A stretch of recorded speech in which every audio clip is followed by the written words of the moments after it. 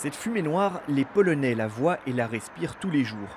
Polluant mais pas cher, le charbon est le pilier de l'économie polonaise depuis de nombreuses années. 87% de l'électricité nationale en dépend. Le secteur emploie par ailleurs 100 000 personnes. Le précédent gouvernement libéral a tenté en vain de fermer des mines, mais s'est heurté à la pression sociale des mineurs. Le nouveau gouvernement conservateur et nationaliste promet lui de sauver le secteur. Notre sécurité énergétique demande de garder le charbon polonais comme source d'énergie. Je parle aussi de lignite. Ancienne capitale de la Pologne, Cracovie est la troisième ville la plus polluée d'Europe derrière Sofia et Milan. D'après une récente étude de l'Agence européenne pour l'environnement, les seuils de pollution y sont dépassés plus de la moitié de l'année. Premier responsable, le charbon, utilisé par plus de 40 000 foyers dans la région pour se chauffer. Les autorités locales travaillent sur une loi pour l'interdire. En attendant, au cours des 2 dernières années, elles ont remplacé 4000 chaudières à charbon par des installations gazières.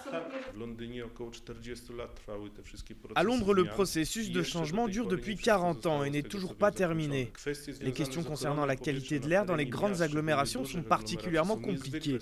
Elles demandent beaucoup d'investissements financiers et de travail à long terme. À 40 km de Cracovie, la commune de Gołcza est une exception. Elle et ses 6000 habitants sont les seuls dans toute la région à faire partie de l'association polonaise des communes favorables aux énergies renouvelables.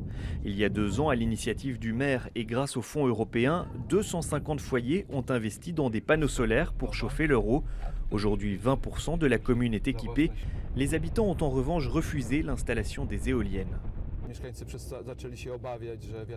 Les habitants ont commencé à avoir peur que les éoliennes soient trop près des maisons, qu'elles nuisent à leur santé, à leur famille, que les ultrasons soient dangereux. Nous avons donc organisé un référendum et la réponse a été non.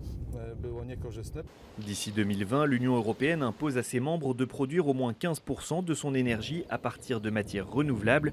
Pour le moment, la Pologne est à 12%, mais depuis 3 ans, la croissance faiblit. Selon les experts, elle n'atteindra pas les objectifs fixés par Bruxelles. En 2020, nous serons obligés soit d'importer de l'énergie verte pour ne pas payer de pénalités, soit de signer un accord avec d'autres membres de l'UE pour que leurs excédents d'énergie verte compensent notre déficit.